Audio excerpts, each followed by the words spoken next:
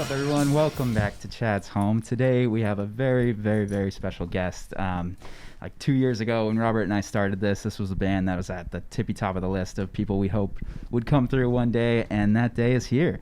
And I'm honored to be sitting with the legendary Together Pangea. What's up, guys? Oh, cool. Hey, yeah, we're stoked. Thanks for having us. Yeah, stoked to be here too. Of course. Yeah, that's awesome. Thank you so much. I mean, yeah, like I said, you guys are just like legends of LA, and just I'm such a huge fan. So wow. Cool. Thanks, you, man. yeah, of course. Speaking of that, actually, do you ever get like recognized on the streets of LA as you're like? Yeah, Is that weird? I was at like an Apple store, and the dude that was helping me was like, "By the way, I'm a big fan." That's cool. And I was like, "Oh, cool." Wait, Thanks. weren't you checking out at Trader Joe's or something? I was checking out at Trader Joe's, and with one of the cashiers paid for the. You paid for all your groceries. Yeah. It was Dude, very nice. I actually felt kind of was bad so about that because I was like, dude, that's so nice, but you don't have to do that. But Right. It was very sweet of him. It happens, pretty often, I guess. Yeah, it's like it's kind of a weird thing.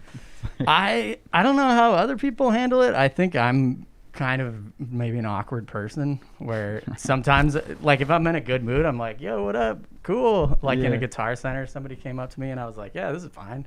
Like, let's do a selfie really fast. Yeah.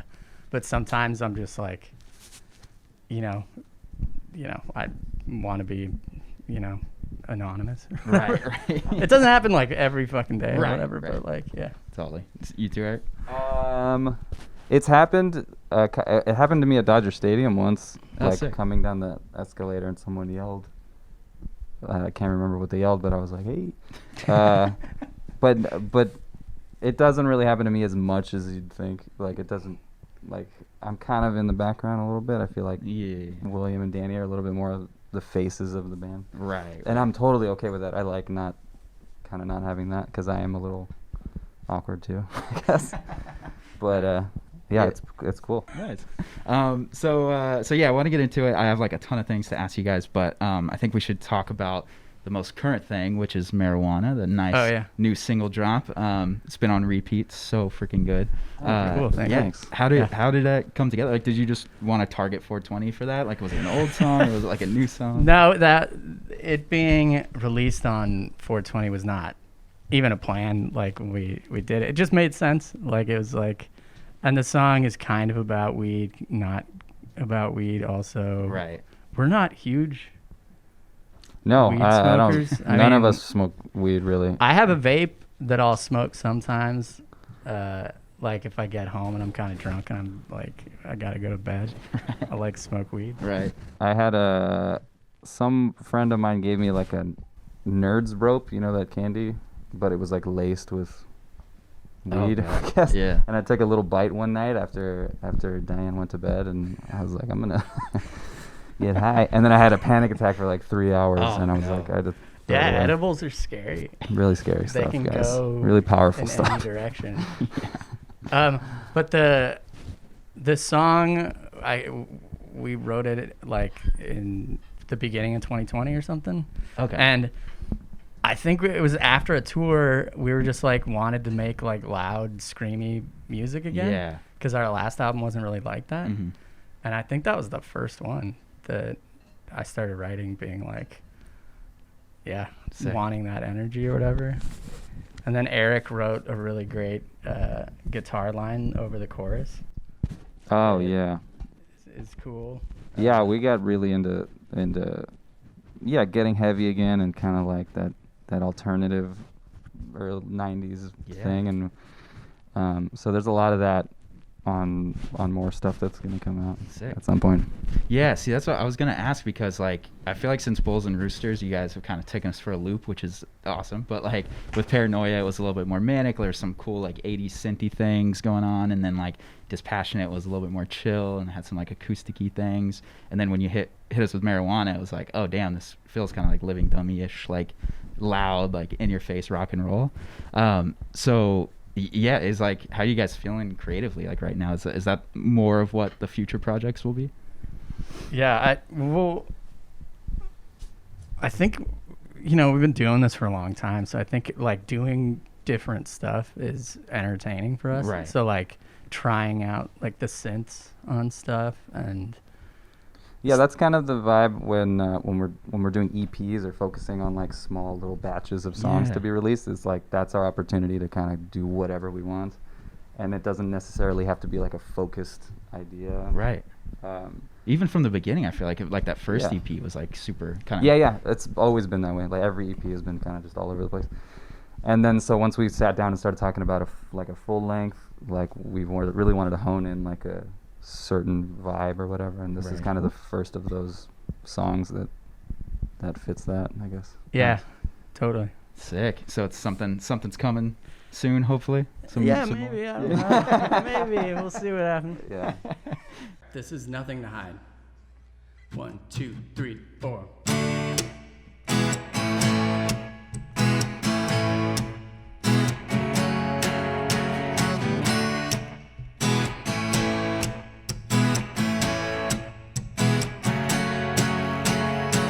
I know I make it all a total mess. You know I wish it wasn't true. I can't be humble and I can't impress. You know there's nothing I can do. You know I always wanna run away, but I ain't run away from you. You know the fear that you're feeling is the same as the fear I'm feeling too.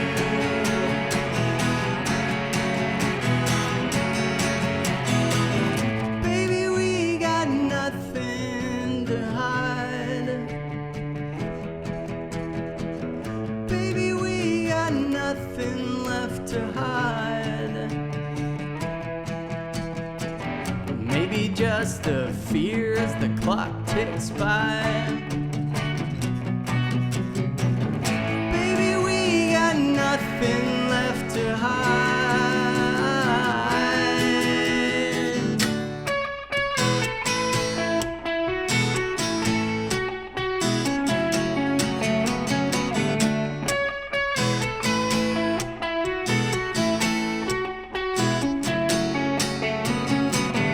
Your heart is ever innocent. It tells you what you know is true. What you see is what you get within. I know it's tangled up in blue. You know I always wanna run away, but I ain't run away from you. You know the fear that you're feeling is the same as the fear I'm feeling too.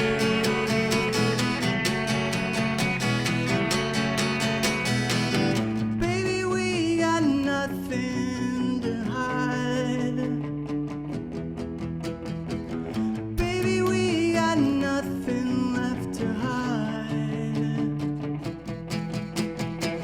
Maybe just the fear as the clock ticks by.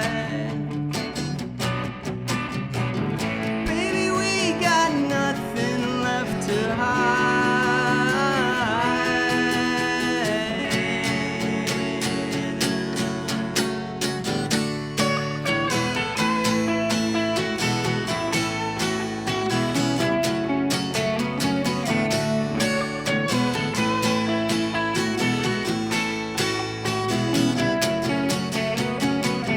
Baby, we got nothing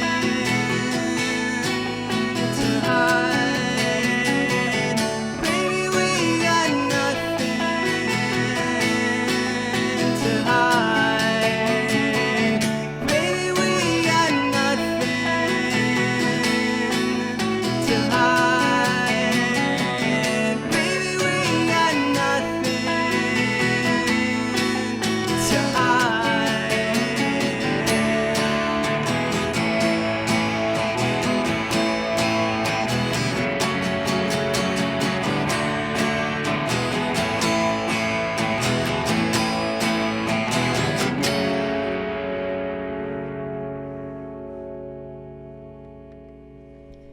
Taking it back to like the early days, because I was curious, like, I mean, you were playing the Cal Arts shows, playing parties, like playing in punk bands and ska bands. I know, like Eric, you were rocking that for a minute. Yeah. Like, do you remember a moment, because I know you started getting booked at the Smell, and then kind of like I feel like your rise was pretty gradual, but then at one point like you're on Harvest and you're releasing this massive album, and like do you remember the time where you're like, oh shit, this is like happening for us, you know what I mean? Kind of, yeah. I think, yeah, we played like our first real show in LA. We played at the Echo, and there was literally nobody there. Oh damn. And that was fine, like, because we were like, oh, we're playing an actual venue, like this is fun. And it was just a really gradual, like, let's play, like, let's ask if we can open for this band, let's ask if we can open for this band, let's just play as much as we possibly can. Yeah. And then it was gradual. I don't remember, like, I think when Harvest got interested, we were like, oh, like, surprised. And we also, like, you know, I don't even know if we were really ready to kind of deal with it. Like, we didn't know exactly who we were yet and stuff. No, So- and there was a moment where it was like we started having to go to meetings at the Capitol building with like a lot of higher up. And in like the meeting music like business. management people and stuff. Yeah. Really, Really like, getting to know, these like, aren't that- people we would normally hang out with. Yeah, that Right. side of that music industry, and our former management companies who we're no longer with, but like that vibe of like, you know, the boss with like his feet on the table and going, "This song's gonna be a hit." Like that was Right. a real thing Damn. that exists. But and then it's not gonna be a hit. I It think never we was a hit. also, I think that we didn't really buy that. We were like, we're gonna do what we do, Yeah, totally. and it's whatever happens to it is what's gonna happen to it. But yeah, it's kind of surreal to think about now. I think we were trying not to think about it too much at Right. the time, because I think it's a lot of like pressure or whatever. Oh yeah. So I think we were like trying to just do our thing and like not overanalyze it, I guess. Right. Yeah, because I know that part of like the Bulls and Roosters inspiration of the title was like that battle of artistic integrity while also chasing some commercial success that like I'm Yeah. sure most artists deal with. Yeah. So was that kind of part of it, or like how did you kind of resolve that now? Like, Well, I guess so.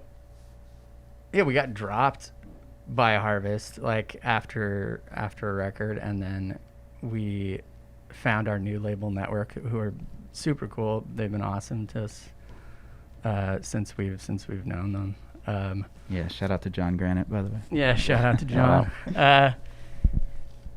Yeah, like I don't know that you resolve it. Like I think it's like you make music for yourself and other people, and like you want to make shit that you're proud of and that you feel good about and that is interesting to you, and at the same time you want to make stuff that you think people would enjoy listening to. Yeah. And it's kind of a constant thing. It's like song by song sometimes, like this is for me and then this is for everybody. And Right. like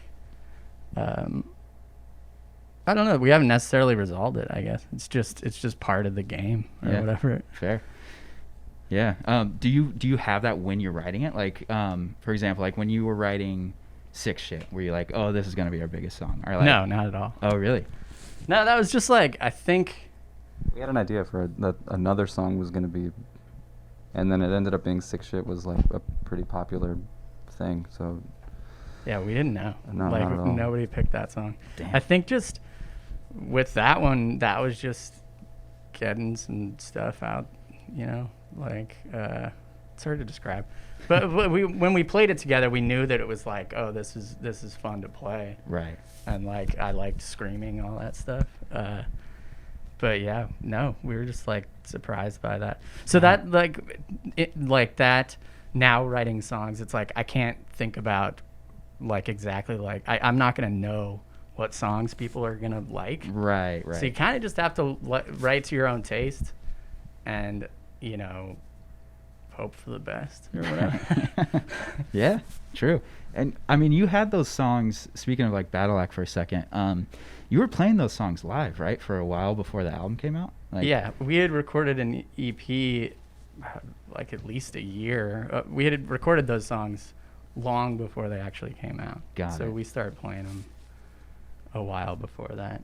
And then was Harvest like, all right, like let's sit on these songs, let's write some more, we'll put them on the. Now, because we had recorded them and Harvest came in later after we had already recorded them, got it. and so like we just hadn't released them yet. Got it. So yeah, that's kind of just how that happened. Nice.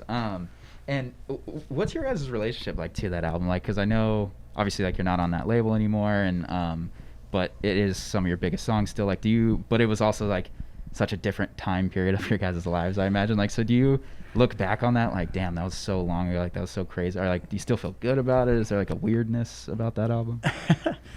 It definitely was a long time ago. Our lives are very different now. Yeah.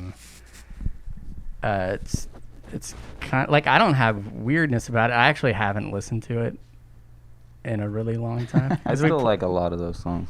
I feel like I should listen to it again. I just honestly haven't listened to it in years, because we play the songs a lot.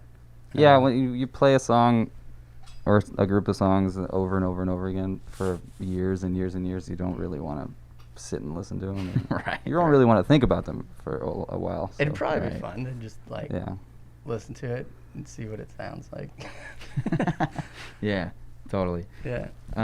Yeah, because and you can't like repress the vinyl, right? Because it's still like, or have you guys? I'm not really sure. Yeah, so the vinyl's sold out. It's been sold out. I think you can get it on Discogs. Okay. But I don't think it'll ever be we're like, as far as like the business side or the legal side of things go, I don't know. Like, I don't think we can repress that. Right. So it might just be like, that might be it. It is what it is. Yeah. And if you can find one, you can find one. Yeah. I literally I called like every record store in LA to get one and couldn't find one, and so I found it on, I think through like Amazon. There was like an indie retailer in Japan that had one. Whoa. Oh, cool. And so I literally like got it shipped from Japan, and it was like right before the pandemic. So it took like 6 months to get here. And it just like showed up at my door in like November or something, and I was so excited. Which is it? Was the cover a little pixelated, or is it the second? Because there's two. There's two versions, pressings. and I think on both versions my name is spelled wrong on the fine print. We never fixed it. So yeah, rare bird. Yeah. That's crazy. Yeah. And so yeah, I mean, like with those songs, obviously you're still playing them live, like because you kind of have to. Is it like, I don't know, is it kind of like awkward, it's like playing those older songs because it's not really like the type of people you are, like, or it's just like such a different lifestyle? It's kind of hard to say. So I still like the songs, and I like the song structures and what they are, and I enjoy it because the people at the show enjoy it. Like, I can vibe off of the energy from the audience. Right. So like, I'll be like, this is fun to play because everybody's having fun right now. Yeah.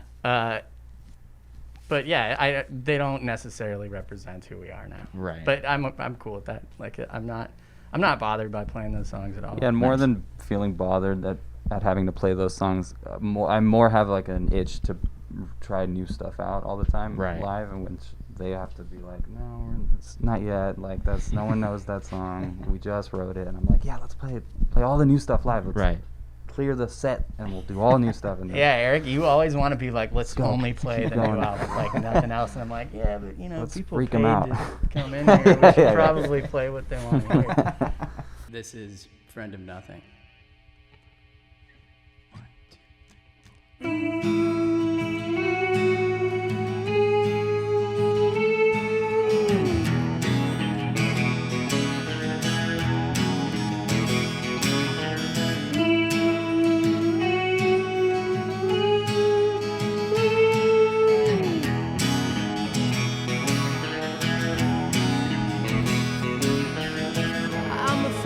Nothing. We're going out this weekend. Maybe go see a movie. Baby, there's nothing to see. You've been waiting for something. You've been waiting for something to happen. I've been waiting for nothing. I've been waiting for nothing.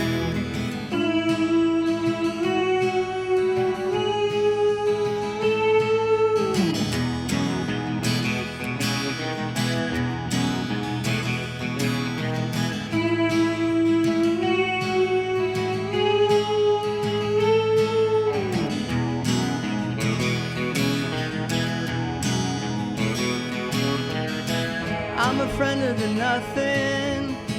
We're going out this weekend. Maybe go see a movie. Baby, there's nothing to see. and sleep until sunset. You're the only one who gets it. Gotta get my alarm set. Gotta find a new outlet. Break my face, steal my guitar, break my heart, take it apart. I'm a friend of the nothing. I'm a friend of the nothing. Break my face, steal my guitar, break my heart, take it apart. I'm a friend of the nothing.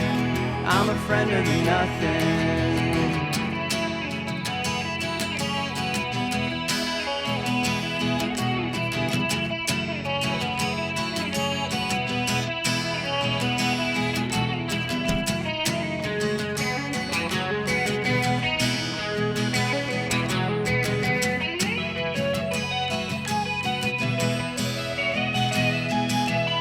Break my face, steal my guitar, break my heart, take it apart. I'm a friend of the nothing.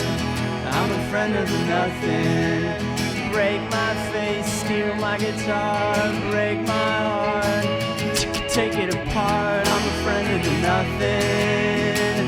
I'm a friend of the nothing. Yeah, break my face, steal my guitar, break my heart, take it apart. I'm a friend of the nothing. I'm a friend of the nothing.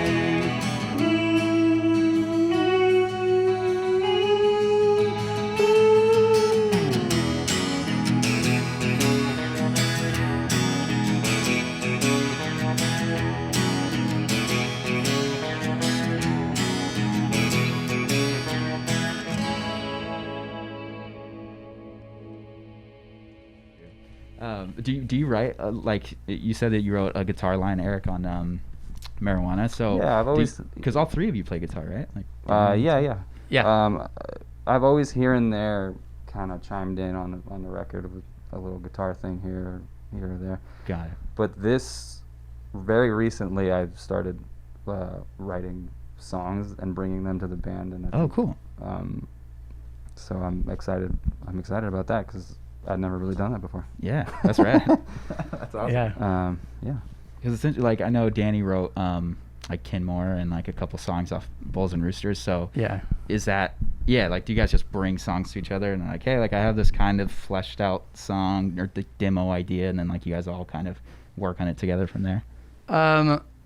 So for the first few albums, I think I would demo out stuff and then bring it to like our rehearsal, and then we'd flesh it out or finish it, do the C part or whatever, like the bridge.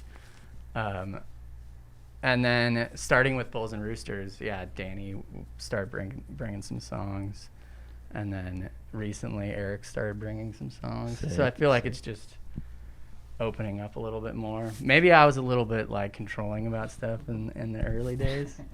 And No. no, of course not. But now, now it's everybody like writes their own parts, and then like sometimes a harmony here or there, like whatever. Like we're like in the studio, it's open to ideas. Like what would sound good here? This needs a guitar part. Let's add something here, and then we'll all kind of work on it. Nice. Yeah. Is there something maybe Eric like? So did you write the drum lines and stuff then, or? I've always written every drum thing. Got it. And Danny writes all his bass parts. And Danny writes all his bass parts, and then I'll occasionally be the second guitarist in the studio because it's just us three in the studio with our friend Danny who engineers and produces with us. But we got to do everything. So guitar, bass, and drums and vocals is all us. So I like to help out with guitar and try to add what I can to Williams' lines and try to complement them as much as I can. And this last thing was really fun because it was like distortion and like let's stack a bunch of guitars on top of each other and try to get real wild again. And so that was really fun. I'm stoked. Yeah, that's gonna be so fun live. Can't wait to hear that one. Yeah. Can't wait to play again. Yeah, man. That should be fun if and when. I know. Yeah, are you guys starting to itch to kind of get back out there? Yeah. Yeah, for sure. Totally. Is there like a city or something in mind? Like I can't wait to get back to Temecula. Austin or- Yeah. There's not really like it was weird because I was going through a thing for a while where I was like, man, do I still love playing live? And I was like, I don't know. And then the pandemic happened, and it was like, oh yeah, I definitely love playing live. I really miss it. It was like a big important part of my life. Right. Yeah. So yeah, we're excited to be able to do it again. Nice. Yeah. That's gonna be good. So real quick, you play guitar in Kelsey's band, right? Yeah, in yeah. Reckling. Mm-hmm. Do you enjoy like one over the other, as far as like performance wise? Wow. That's a good question. So playing guitar in Kelsey's band was the first time I'd ever played guitar in a band, like where I'm the dude, and when we play live, I'm the guitar player. Yeah. And I'd been wanting to do that for some time, and so she was cool enough to let me do it, and also give me enough like creative freedom to write whatever I wanted. But then at the same time, so that was the thing, and then when we started this like batch of writing sessions, I noticed that I was also given creative freedom too. So it's kind of, they're both awesome. I don't ever want to leave. Please don't make me leave. That's cool. Yeah. Is it harder to play like one live at least? Like, because drums is like everything live, right? You got to keep it like super tight. Yeah, but I've been doing drums live for years and years and years, that it's Yeah. kind of like second nature. But like if picking a guitar in front of people is like, I really have to like focus and not mess up, Right, for sure. right.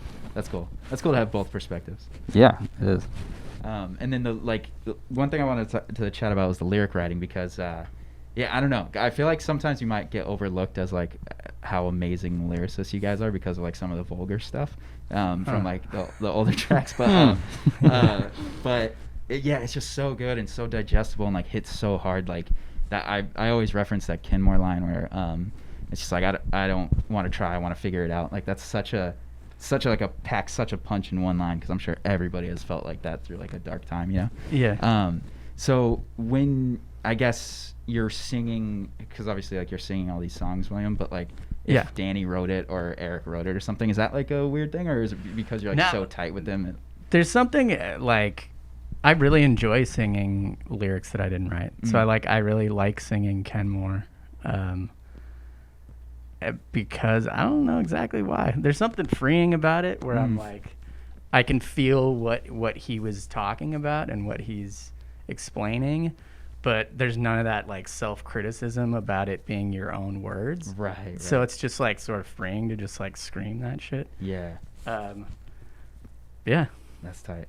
Yeah. Do people tell you a lot like, oh man, like your lyrics helped so much during like a dark time and like all that, We get people say that on the internet a lot, and like occasionally, like if we go to the merch booth and talk to people after the show, and like again, like stuff like that, like I feel like especially in the pandemic, thinking back on it is really amazing, and I really appreciate hearing that from people, and it's meaningful to me. And like like I don't know, it's like it's such like a crazy special thing to have that bond with somebody you don't know and you've never met before. Yeah, because I mean we had that growing up where we were the kids and we listened to whatever we listened to and really related super hard, and if we ever had the chance to tell that lyricist or that songwriter that how much it meant to us, it would mean a lot. So.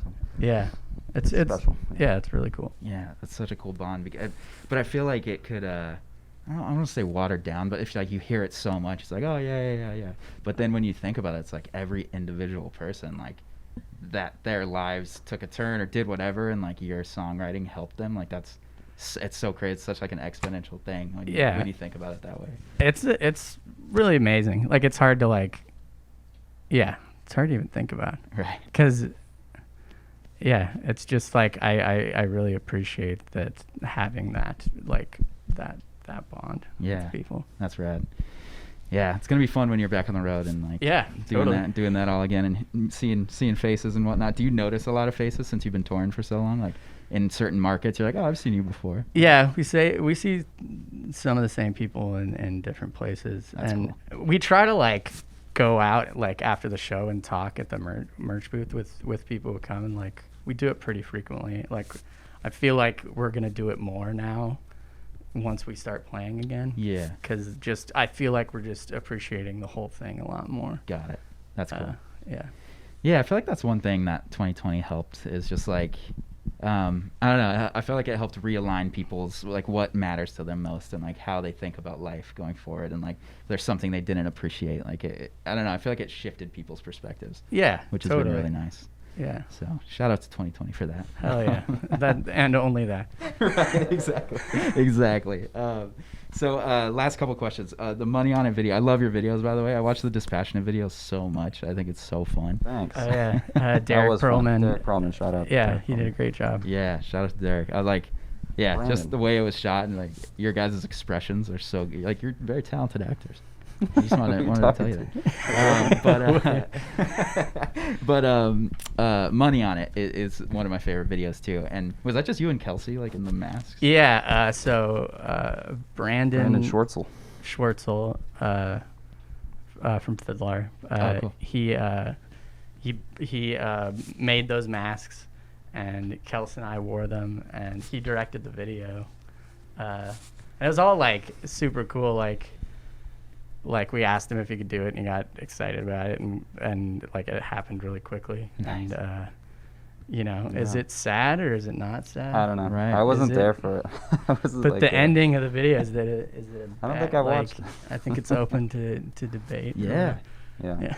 definitely. I see in the comments too. People are like, "This video makes me sad," and then other comments like, "This video makes me so happy." Like, Yeah. it bounces back. Just, and yeah, forth. just leave it Yeah. there. That's what it's so true. Like a lot of your songs do that too, because I feel like they're really maybe like happier tones and stuff, but the lyrics are like super heavy. That's I think what I try and like to do the most is to write a song that's like snappy or whatever, Right. like and seems really sort of positive, but the lyrics are a little dark. Yeah. Yeah. I feel like that's what gets people, because they're like just enjoying the song, and then like a few listens later, they're like, "Oh wait, like this is really heavy." Like I noticed that with "Friend of Nothing." Like, Yeah. 'cause, yeah, that song is so good and fun, and then like when you really listen to it, it's like, wow, yeah, this is pretty crazy. Yeah. So good job. Yeah. Thank you. And then the last thing, actually two quick things. You had mentioned like when you were coming up, you were listening to bands and you were like, can't wait to tell them that those lyrics meant a lot to them and whatever. And like now that you're kind of in this position where you guys are kind of like the big bros of the scene, like do you feel kind of a obligation to like mentor younger bands or like give them advice? And you know what I mean? Like is that kind of is that a weird space to be in? I guess I never wanted to meet my idols or anything like that. Like I never had the desire to know who they were to get like some sort of guidance from them. I don't really know why. Probably because I was like, I probably won't like you as much as the music that you make, which was probably true. Yeah, But so I don't know. Like I'm super down. Like I haven't been necessarily approached by a lot of younger bands asking for guidance, but like I mean I think we would always be down to hang out and discuss. Nice. Very cool. Yeah. Very cool. And this is the last question, which is a really hard question to answer, but I know people would want to hear it. What is the best Together Pangea song? What's the best one like to me? Yeah. Not my favorite. Yeah, but like your favorite. okay, What's your favorite Together Pangeas? Oh man, I don't like. At this point, we have like so many songs. I know that your catalog's can't- crazy. I think Okay. I think "Friend of Nothing" is my favorite. I really like Money on It and Bet You Wish I Would Call. I really like. Yes. But yeah, Money on It is probably my favorite. Nice. Cool. Yeah, I feel like you guys just named my top 3 right there. And "Friend of Nothing" is cool. Like that acoustic song just popped off like super hard, right? Yeah, Like, it seems like people gravitated to it. Like we didn't expect that at all. Like again, you can never tell. Like you just make the stuff that you make and you try to make it like to your own taste and like hopefully other people like it too. yeah. And people did or do. Yeah. That's cool. Yeah. I feel like that's something you could show everyone. Like my parents would love it. Like my nephew would love it. It like, doesn't really have any rough edges necessarily, other than my voice, I guess. But like, and I think people are down for that if there's nothing too like I really like that song. So, Yeah, totally. Sweet. Well, again, thank you guys so much for being here. It's truly an honor. Was there anything else you guys wanted to talk about or mention, or? No, I think we're good. Man. Thanks for having us. Good. Yeah. Sweet. Awesome. Thank you. Of course. Yeah. Couple quick shout outs from my end. DC Shoes. You keep the series alive. Thank you so much. We wouldn't be able to be talking to Together Pangea without you. And Topo Chico Mineral Water, of course, the best mineral water in the game. Woo! And Cafecito Organico. They hooked it up with some beans. Best coffee shop in LA. Love you guys. Very last, Eddie Hernandez, you are the Patreon person of the week. Thank you so much for subscribing. I love you, sir. All right, that's all. Let's get into some music with Together Pangea. All right, awesome. Sweet. The song's called Gold Moon. 1, 2, 3, 4.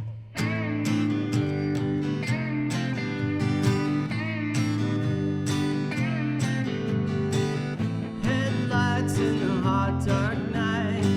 I'm deep blue from the dashboard light. It's been a while since I felt alright. Stay blue till I turn white. It's a nice night for a long drive. Keep 'em coming, it'll keep me alive. Ain't nobody gonna waste my time. Nice night for a long drive. It's a long drive.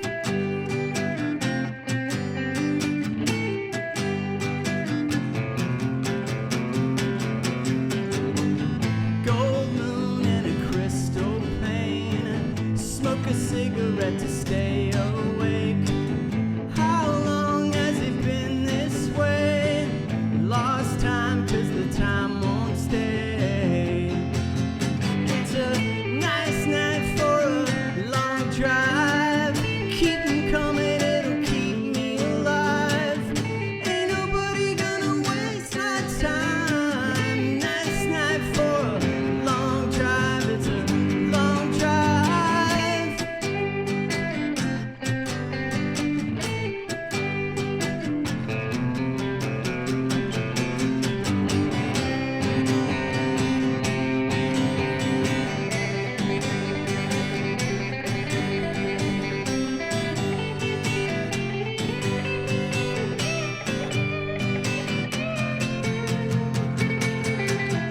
It's a nice night for a long drive. Keep 'em coming, it'll keep me alive. Ain't nobody gonna waste my time. Nice night for a long drive. It's a long drive.